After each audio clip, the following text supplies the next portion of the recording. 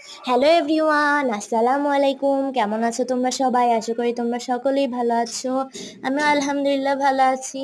তো আজকে আমি বানাচ্ছি একটা প্যাটার্ন পেপার। তোমাদেরকে আমি অনেকদিন আগেই বলেছিলাম যে আমি জার্নালের আইটেম বানাবো।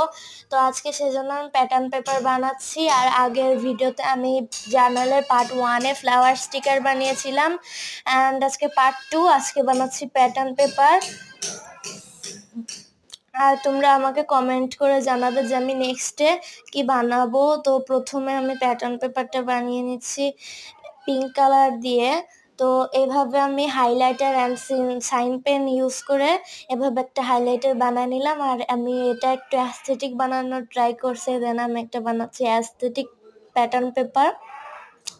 এটা হলো একটা বো প্যাটার্ন পেপার। আমি কয়েকটা বো আঁকিয়ে নিলাম, অ্যান্ড আমার একটু ঠান্ডা লাগছে। এখন আমি একটা পার্পল প্যাটার্ন পেপার বানাইছি।